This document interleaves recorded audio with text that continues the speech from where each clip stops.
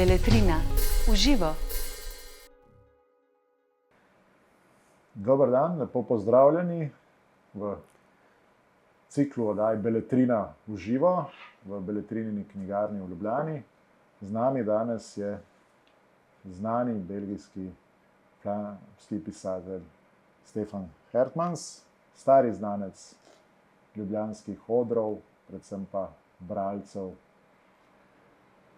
Predstavljali bomo njegov že tretji roman preveden v slovenščino, roman Vzpon. Najprej je bil preveden roman Vojna in terpentin, nato roman Tujka in to je zdaj že tretji roman. Vsi trije romani pa skupaj tvorijo v bistvu trilogijo, saj jih druži predvsem to, da se v njih Stefan Hertmans ukvarja s preteklostjo, ampak na zelo oseben način. V prvem, v Vojnem in terpentinu, se je ukvarjal z dnevniki svojega dedka in njegovo izkušnjo prve svetovne vojne. V romanu Tujka je popisoval zgodbo vikinškega dekleta, ki je iz severa Francije priromalo do Egipta in nazaj, 1000 let nazaj, in v nekem trenutku živelo v vasi, kjer danes živi on. In zdaj, v romanu Vzpon, govori zgodbo svoje hiše, v kateri je živel 20 let nazaj. Pred njim pa je v njej živel eden najhujših nacistov v Belgiji. So, Mr. Hertmans, let me begin with one question. In the novel War and Turpentine, you're writing about your grandfather, who was a painter, and his father was also a painter. And you are art historians. You just wrote also about a book about Carpaccio, but how come you didn't become a painter? You became a poet and then a writer. How come? I think that the question of talent is in a certain way free. You can choose whatever you want to do, but then the talent chooses you. So I have been painting. My grandfather had made an easel for me, small, when I was 12 years old. He made small canvases for me, and I went out painting with him in the landscapes. So I learned to paint with oil, etc., and I had some talent for it. I also learned to play music. So for a long time I studied guitar and even clarinet, and I played jazz, etc. So you can do many things in your life, but the real talent that will define who you are will prop up. The oil will come up. And this is what happened to me. At a certain moment, I quit painting, I quit photographing, I quit playing music, and the writing was everything I wanted to do. So, in a way, I learned how to do this, and it remains with you. Even if you stop painting or playing music, the way you look at the world will be influenced by it. So that's why, for instance, the so-called painter in me who died down, you can see in the way I describe landscapes. I attach a lot of interest to descriptions. Because describing the world is something else than evoking it with dialogues, for instance. I practically never write dialogues. I hate writing dialogues. Because then you immediately dive into the typical human way of looking at the world with psychology and with yes and no. While if you describe the world and you look at it as a painter does, you have a broader view. And there was this moment when the young Peter Handke saw Heinrich Böll and other writers, I think it was in New York in 1966, and he stood up and he said, "You people do not know anymore how to describe." And I think this is a very important thing in literature, that we do not forget how to talk to the world, and not only to talk to human beings, but to talk to everything what is on the canvas of your mental field. So the painter is maybe still there somewhere when I write poetry or when I write prose. Yeah. This last 3 books of yours, you've written a lot, but unfortunately we only know these last 3 of your novels now. But they are sort of a trilogy, and they all deal with very troubled history. But in all 3 of them, you are like one of the main characters.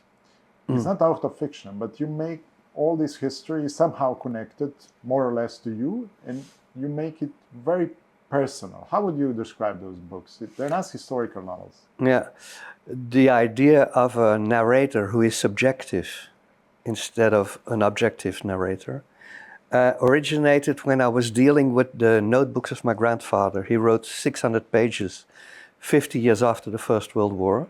The First World War has been a catastrophe in Flanders of huge dimensions. It was real hell on earth.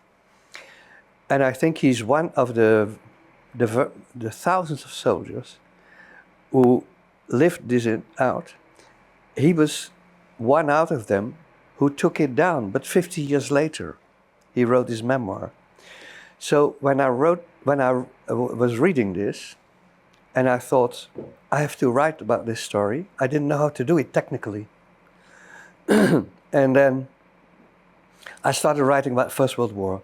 You read hundreds of books about, there are 10,000 books on the First World War. Why would you add one? So if I wanted to do something new, something original, I had to bring in myself. I was his grandson. And in finding this way of going back to my own youth memory of how he was to me, he was my youth friend. He dreamed with me, he learned me to paint. He made small daggers for me, so in order I could fight the imaginary enemies, etc. So he was very close to me. And I thought I have to begin with this intimacy of history, bring it very close to me. And then I saw that technically this was very interesting because I became a witness. Instead of an all-knowing author, I became a character in my book. And in becoming a character, I could show the reader, look, I'm not the one who knows everything. I'm like you, reader, which is the word of Baudelaire. Hypocrite lecteur, mon frère, mon semblable. You, reader, you are like me. You do as if you do not know, but we want to know together what it was. So gradually it became a technique. And when I started writing the book on the convert in the 11th century, the girl in France who turned from a Christian girl into a Jewish, again, it was a story that was very close to me because it happened in a small village where I happened to have a house in the mountains of Provence. And then I knew how to do it. I thought I'm going to be a sort of journalist looking for the traces of what can I find of a history of love, like a Romeo and Juliet story of 1,000 years ago. What can I find? And I will show the reader that I'm looking for it. And in this way, of course, the 3 books became a trilogy, certainly with Vzpon now, where for the 3rd time something came very close to me. I have lived in the house of a Nazi without knowing. So this not knowing was for me a very interesting technique. I start from not knowing, and with the reader I go to knowing it all. So I think it's a good way of making an alternative for the historic novel. I always used to say, I didn't write historic novels. Historic novels are like Maggie Dulcenaar on Hadrian, or Thomas Mann on Josef und seine Brüder. Then you fake that you know it. But I don't fake that I know it. I try with the reader to learn to know what is there. And even some research I postpone. I first start writing. And then in the midst of my book, like a journalist, I think, now I leave home and I'm going out there to visit places. And I describe how I visit the places. And in this way you unravel the mystery. And that's why I call these novels historicizing novels. It's not historic, it's historicizing. So you get there. You said that this last book is about Nazi living in a house where you live. But it's not just about Nazi, this Willem Verhulst. who was really a terrible person, responsible for sending many Jews and other people to concentration camps. But it's it's much more than that, because it's a book about his family, which is not a Nazi family, at least not the way we imagine Nazi family. Exactly. When I discovered that I had lived without knowing in the house of a former Flemish Nazi, I loathed the idea of writing a book about it. I thought there are so many books about those Nazis, it's cliche, I don't want to do this. And then I started researching, and I discovered the family indeed. And then I thought, okay, and I say it in the introduction, then I thought, I'm not going to write a book about the so many at Nazi. I'm going to write a book about a family in my house. And how they lived in the kitchen where I cook. They slept in the bedroom where I slept. They were in front of the open fire where I was. So I got into the intimacy of his wife, his children, and how they had to live with a father who was a real SS Nazi and who was what they call, I'll say it in German because the word of Hannah Arendt is unforgettable for Eichmann. He was a Schreibtischtäter. He was a bureaucrat criminal. And I got so interested in the psychology of this family because we still live with grandchildren of Nazis. And some of them still feel the weight of this past. Some of them are ashamed. Some of them are enraged against their fathers or grandfathers. Some still excuse them. So all of the range of emotions of people having had such a father or grandfather still carry the burden of this. And I found it very interesting to show his wife, who was resistant. She was a Protestant woman from Arnhem, and he was Flemish. He learned to know her because he was a refugee after the First World War, because he already collaborated as a young guy, then a so-called idealist for the Flemish question. He learned to know that woman, they marry, they have children, and then you see what happens in this family.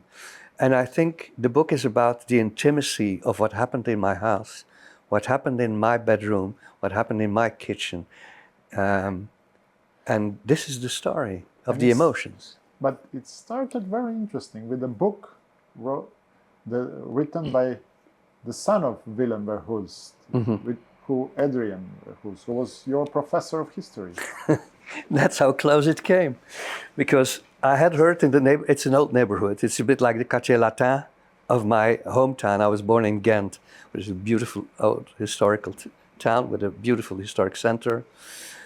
And what they call the Paters Hall, which is something like the hall of the brothers, of the friars. I had heard rumors, people saying, you asshole, you moron, you bought the house of a Nazi. Of course, I wasn't interested.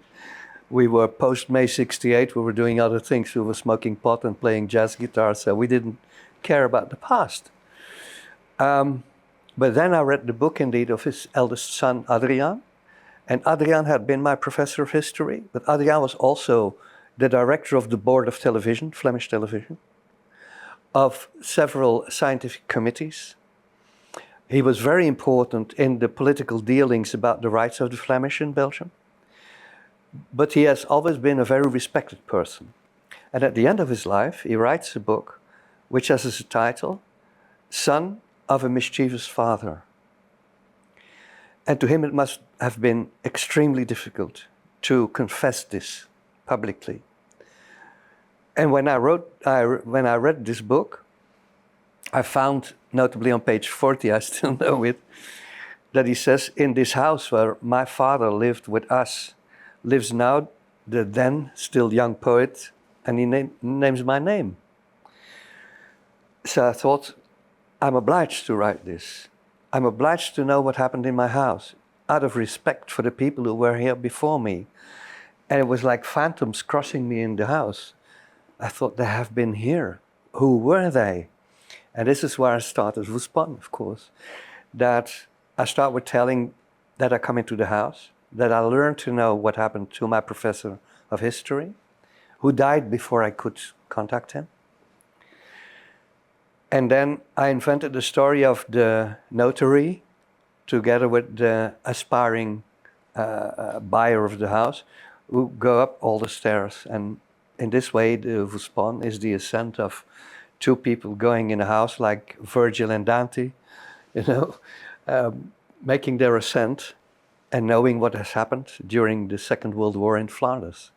So in this way, by writing the intimate story of those people, I could write a story of something which is in Flanders still very delicate. Because also family you're writing about, especially children of Willem Verhulst, Adriaan and his two daughters, they, of course, they knew their father was a Nazi, but they didn't know what exactly he did. So you were the first actually to go into the archives and really dig it up. Yeah, that's also a very interesting point. It was very amazing that the eldest son, Adriaan, never dared to ask to open the archives. Normally it takes 70 years before somebody like me can open the archives. But he could have done it because he was a historian.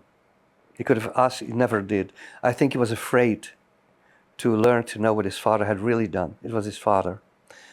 I can understand this, but he was tackled very vehemently by colleagues who said, you were a coward. You write about your father, but you excuse him in a way. You say he was a good man, but probably he wasn't. So I had to ask the family if I could open the archives, and then you have to have a written consent of the family, say, yes, we give you the consent to open them. And then you have to have the support of an academic research group in history. So I got both. And then you have to write to a board, a magistrate board in Brussels. And they think over your dossier. And then they say, okay, you can open it. So I was the first to open it. And then I saw that he had, as you already mentioned, sent of the 500 Jews community that was in my hometown at that period, more than half to Dachau and Auschwitz via Mechelen, which was the Dossin Kaserne, where people were brought together, were already beaten, were chased into the train wagons, where sometimes, as we know, it took a week before the train was there because the Nazis hoped they already died in the wagons. It must have been hell that we cannot imagine. So when I knew this, that this sweet papa, this sweet grandfather, this sympathetic man, who was very seductive to women, was a joker, was, you know, the sympathetic guy, that he was a monster. He was really Jekyll and Hyde. And in opening the dossier and seeing the archives, I realized the complexity of human beings. That he could do this and somewhere rebut it and say, okay, I'm still the good guy. I only write down names like Eichmann did. So he was in a way sort of Flemish Eichmann. And then I started, of course, talking with the daughters. Yeah, I wanted to ask you, how did they respond to the fact that now everyone, not just them, but everyone will know how big monster their father was? In the beginning, it was very difficult for them. But I must say these two women, they're still alive. One is in their 90s, the other one is the end of her 80s. They're very strong, sympathetic women. One, the youngest, Susie, said to me, I don't care. I married the son of a resistant and I took a distance from my father. I don't care. The other one, Letta, has taken care of him until he died, and also for his mistress, who was a real Nazi woman. For Letta, it was difficult. And for the sons of Adriaan, who live in England, with whom I had no contact, it must have been very, very shameful. And I realized the impact of the family, of course, in writing the book. But then what happened is that when the book was just out, the first great review appeared on a Saturday morning. And this portrait of Mientje, the wife, who was a resistant, a pacifist, and of him, Willem Verhulst, her father and mother, this portrait was published in the newspaper without me knowing it, because we hadn't given consent to do this. And Letta calls me in the morning at her breakfast and says, Stefan, have you seen a newspaper? Papa and Mama are in it. And it was a shock to me that this poor woman said, Papa and Mama. Then I realized what I had done. And she said, I thank you. I can die quietly now. Now I know my father's a gangster. And I had to know. And now I know. So, in a way, you do something very painful in writing such a book. But in the other way, you clear it out for people. And there were other families whose names are in the book who were panicking. I said, please get the name of my father out of this book, because my family will be in shame. So I was bumping into all sort of people who were implied, because all of the great Nazis came into the salon of my house. They were there with, running motors in the small streets and saying Heil Hitler, 10 of them. So I bumped into a history which was for very many families quite painful. But how would you say that the Belgium as a society dealt with that history? How was this kind of book accepted? We're going through a huge catharsis with this. We have still a Flemish movement of the extreme right wing, which is called Vlaams Belang. There are still very many families there that live in that omerta or in the excuse. They usually say we had our reasons because we were mistreated by the French-speaking bourgeoisie, which is always an excuse. You shouldn't deal with the Nazi regime because you have to fight for your civil rights. That's nonsense. But it still is there. But of course, all of the rest of the civil society hailed the book as very important that you do this. I'm not the only one. There were colleagues of me like Erwin Mortier, Jeroen Slagers. There's another one still, I don't remember his name now. But we are 4 of us who wrote books about the Second World War in Flanders. Moreover, on television, there was a huge cathartic effect because there were journalists talking with grandchildren and children of Nazi collaborators, asking how it was for them. So we have gone through this catharsis publicly. And the book fits in a great movement of speaking aloud of what had happened with the Flemish identity during the Second World War, which was a massive collaboration. So we are nearing the end of our discussion. Maybe just for the end, you just published your new novel. And it's connected also to Slovenia. So maybe can you tell us a little bit about that, so we can look forward to the next book translated in Slovenia, while inviting, of course, the readers to read the novel Vzpon. Yeah, thank you for the question, because, of course, like every writer, I'm very full of my last book. It's a book about the lifelong friendship between 2 men and a deep love between 2 men. But they are heterosexual men. There are women in the game as well. And one is a student of the other in art. It's all about art. It's a lot about Carpaccio.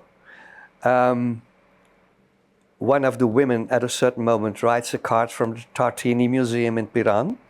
And I happen to go today or tomorrow to see the Carpaccio restored and going to the Tartini Museum. So it's wonderful for me to enter the fantasy of my own book in reality now, because I'm going to be taken around with the PONT Literary Prize.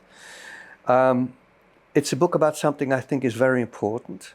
Namely, you see as well as I that in our societies, the definition of a man has become very macho. The generation in which I was young, men were not so macho. You could have your own fragile or feminine side and still be a man loving women. I mean, I have the idea that we have 2 movements. There's the gender, the LGBTQEI, and we want to protect all of them and to emancipate them, which is fantastic. But at the same time, we make a sort of administration of our sexual identities. While we all know that we have loves that are not sexual, but very deep, passionate loves. And this love between these 2 men is the real love without sexuality, how people can love each other. They are being wounded by life, both, one physically and the other mentally, and they find each other back at the end. And I think it's a book about emotions, giving men back their emotions. It's about beauty. It's about the changing landscapes. It's about painting all the time. It's about Bronzino, about Pontormo. It's about the beauty of art in the 16th century. There's a lot of polyphonic music in it. So it's a bit of a dreamlike book, but it's very intense. There's violence in it, and there's beauty in it. And I do hope that Beletrina will also publish as the next book, Dios. Yeah. I hope very much. Yeah. So thank you very much. Thank you. Torej, to je bila Beletrina v živo s Stefanom Hertmansom in ob izidu njegovega predzadnjega romana Vzpon. In upamo, da se bo ta lepa zgodba še nadaljevala. Hvala za pozornost in do naslednjič. Beletrina v živo.